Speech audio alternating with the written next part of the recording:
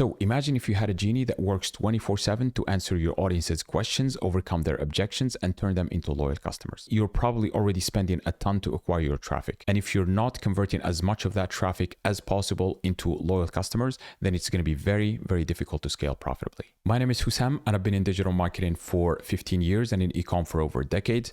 I generated well over 8 figures in extra revenue for our Ecom clients. I personally also spent millions on paid media, and I've had my own stores in the past as well, one which I was able to scale from 0 all the way to 7 figures in less than 16 months with a very, very minimal budget. I'm also the founder of Power My Marketing, which is a full-scale email and SMS marketing agency, and we work with ambitious e-commerce brands and help them scale with email and SMS. So let's talk about the 2 things that prevent a lot of e-com brands from scaling profitably. So I talked to a lot of e-com brands, and I've seen e-com brands that continue scaling profitably year over year. And I've also seen e-com brands that plateau and eventually die off. And the 2 things that caused most brands to die off are, the number one is not generating enough new customers. This is acquisition. They could not figure out how to get a reasonable enough cost per acquisition at the top of the funnel. And the number 2 is not being able to convert first-time customers into repeat customers. So this is very, very important. When you combine these 2 together, sales velocity at the top to trying to get new customers, and the second one to try to increase the customer lifetime value, then you will be able to scale profitably. So in this video, I'm going to show you how you can increase your revenue by 20 to 25% on autopilot using email and SMS flows and automations. Some other platforms like Attentive, for example, calls them journeys. I'm going to show you how to increase your conversion rate, your average order value, and your customer lifetime value. And also I'm going to share with you one hack that will increase your revenue in as little as 24 hours. And the crazy thing is that you can implement this in less than 30 minutes. So the 10 core flows that can increase your revenue by 25%. And I like to split basically or group these flows into 3 different categories. So we have the pre-purchase. This is before someone places an order. There is the post-purchase. This is the immediate time when or after someone places an order. And there is the loyalty. This is basically for loyal customers. So let's start with the pre-purchase. These are the ones that we typically like to set up first. And the first one is going to be the welcome flow. And most of your email revenue is actually going to be coming from this flow, from both email and SMS. And this is when someone joins your email list or, as an email program. So let's say, for example, you're offering 10% off or maybe a free guide on a pop-up on your website. When they join, they will receive this welcome flow. This is the most important flow for the majority of the brands we talk to. So make sure that it's optimized for maximum conversions. The second one is going to be, so let's say this one here, and I'm going to also give them to you in terms of priority, so you know which one to set up first and then which one to set up after. Typically, the second most important flow is going to be checkout abandonment. And this is very important because of the high intent. So someone who initiated checkout, but then they abandoned for whatever reason. Maybe they saw like the shipping cost is too high. Maybe they forgot, they checked one of your competitors or whatever the objection is. It's good to try to convert or bring back as many of those checkout abandoners as possible. So I would say this is the second one. The third one is going to be browse abandonment. So this is someone who browsed a product on your store, but then they abandoned without adding to cart or initiated checkout. This is a very, very important flow because it has a lot of volume. So we have a lot of people just checking your products, but they have not taken the next step. And in this flow, we'd basically ask them to come back to the product, highlight maybe some unique selling propositions, either of the brand or for the particular product that they have viewed, and also highlight some social proof, maybe reviews or something like that.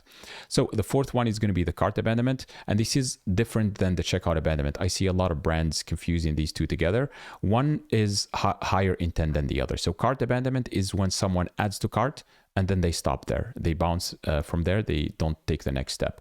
Checkout abandonment is when someone goes to the next step. Basically, they start initiating checkout, they start entering their details, and then they abandon. So these are very different. And a lot of the e-com brands that I talk to, they only have the checkout abandonment. And they call it cart abandonment because that's what they think, or maybe that's what their agency said it is, but it's actually separate from cart abandonment. So we always like to set this one up as well to generate some extra revenue.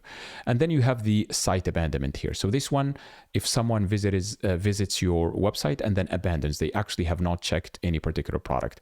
And the objective from each of these flows is to try to take them or to get them to take the next action. For example, if they if they view the product, then we try to send them a series of emails where we try to get them to take the next step, which is add to cart or initiate checkout. If they add it to cart, we try to get them to go to the next step. Checkout abandoned, we try to get them to the next step, which is placed an order. So I would say if you had to start from zero, I would say these are the first one that you need to set up first in this order: the welcome flow, checkout abandonment, browse abandonment, cart abandonment, and then site abandonment. Okay. And then we have the post-purchase. So this is immediately after someone places an order. We like to send a post-purchase flow. And this one has 3 separate ones. So post-purchase, which has the order confirmation, maybe a thank you, thanking them for trusting your brand. And then after their item is shipped, then we can, send them an email with their shipment details, get them excited about, receiving their product, just build that anticipation. It helps a lot because buyer's remorse is a real thing when someone places an order. So our objective is to try to reduce anxiety as much as possible post-purchase. And after that, you have the post-delivery. Once their order has been delivered, then we typically like to send them an email saying, hey, by the way, we noticed that your order is delivered. And then maybe we can give them some information on how they can unbox maybe their product, or maybe how they can use it, like some guides or stuff like that. Just try to make the post-purchase experience as seamless as possible. It's basically like when you hire someone within your company and you try to give them a good onboarding process, just so they don't end up being unnecessarily stressed, and then they might leave your company within the first month. This is the same with customers. Just try to ease their anxiety and help them as much as possible post-purchase. And then you have the review request. So this is where we basically ask for review, and we try to wait until post-delivery. So give it a few days after they receive the product, maybe 5 days, and then we ask them for the review, because then by that time they got a chance to try your product, and now they can give an honest opinion about it. The next one is going to be cross-sell, upsell. So this one we like to send it maybe, I would say 10 to 15 days post-purchase after the review request.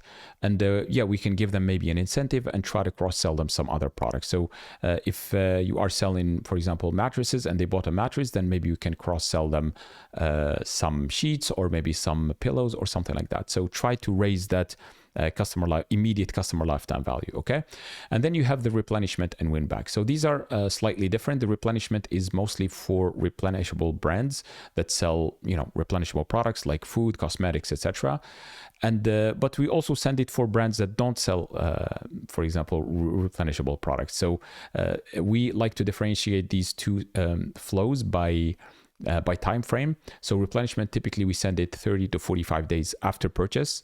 Try to ask them maybe to come back to our website, check if we have new products, and place an order for another product.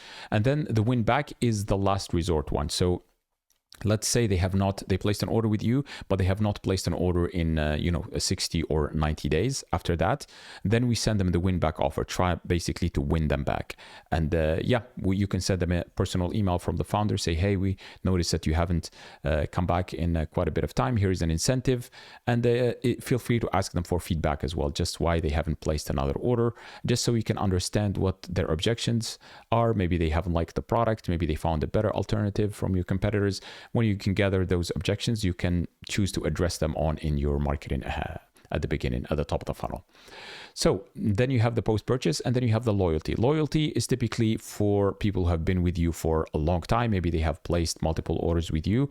So there is the birthday and purchase anniversary. You can either choose to send one of these or both of them together. Birthday, if you have asked them to enter their birthday, if you have a loyalty program or something like that. Then, a week before their birthday, you can surprise them with a free gift. Like, let's say, place an order of $100 and we'll send you this free gift. Or maybe you can even just simply give them a discount or something like that. And then you have the purchase anniversary. This is a year from them placing an order. Next year, maybe 7 days before, you say, hey, your purchase anniversary is coming. Here is an incentive to try to get them to place another order. And feel free, if you have a loyalty program or rewards program or something like that, to use it. There are a lot of emails that you can set up in those flows where you can incentivize them to maybe earn points, to redeem points, to ascend tiers, etc. And the last one is going to be the VIP Ascension one. So this one we like to send to get people to ascend so they can gain more, let's say, perks. And this is easier if you have a loyalty program, as I mentioned before. A lot of brands, they have 3 different tiers, and they try to incentivize people to go to the second tier and then the third tier by placing more orders, and then they get more perks. They get more points per each dollar spent. They get maybe bigger birthday gifts, etc. But in case you don't have a rewards or loyalty program, that is totally okay.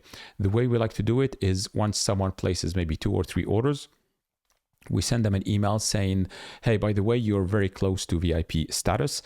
Feel free, or you can place another order in order to be a VIP and unlock like new perks. And then once they place, this will incentivize them to place the 4th order. And once they place the 4th order, you can send them an email saying, hey, you are now VIP. Here's a lifetime discount and some perks as well. So yeah, you can play with this to try to basically get people to ascend into placing more orders with your brand.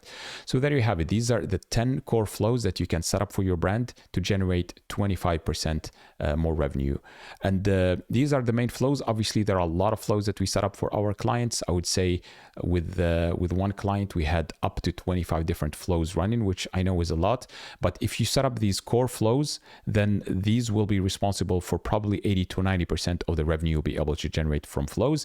And then, yeah, you can continue to add more flows as you go to generate some extra revenue. So if you found this video helpful, you can click on the like button, subscribe, and hit the notification bell. And I also included a free 48-page guide on automations. This is everything you need to know in order to set up flows and automations for your brand that generate up to 25% of your total revenue.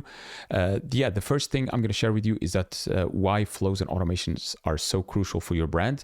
And then I'm going to share with you the 10 highest impact flows that you can set up for your brand. And these alone, as I mentioned before, are going to generate 90% of your revenue. And with each of these flows, I'm going to show you the objective of the flow. I'm going to show you the exact emails that you can send for each of those flows. These are emails plus SMS messages. And I'm also going to show you how to set up each flow for maximum conversions. You're also going to get 7 additional flows to even like boost your flow and automations revenue. And then I'm going to share with you some advanced flow strategies. And I guarantee that the majority of your competitors, they're not even aware of these. I'm also going to give you a flow checklist that you can follow before you create each flow to make sure that it's set up for maximum conversions and much, much more. So click on the link below to get the free guides. And if you have an ecom brand and you're looking to increase your revenue from email and SMS, our clients generate between 35 to 50% of their total revenue from email and SMS. And if you're interested, you can click on the link below to schedule a quick call with me. I'm happy to offer you a free in-depth audit. This is 8 to 10 pages of in-depth analysis of your email and SMS program. I'm going to show you exactly what's missing in your account, what could be improved, and how much more revenue you'll be able to generate when all of those improvements are implemented. So click on the link below, and I'll talk to you soon.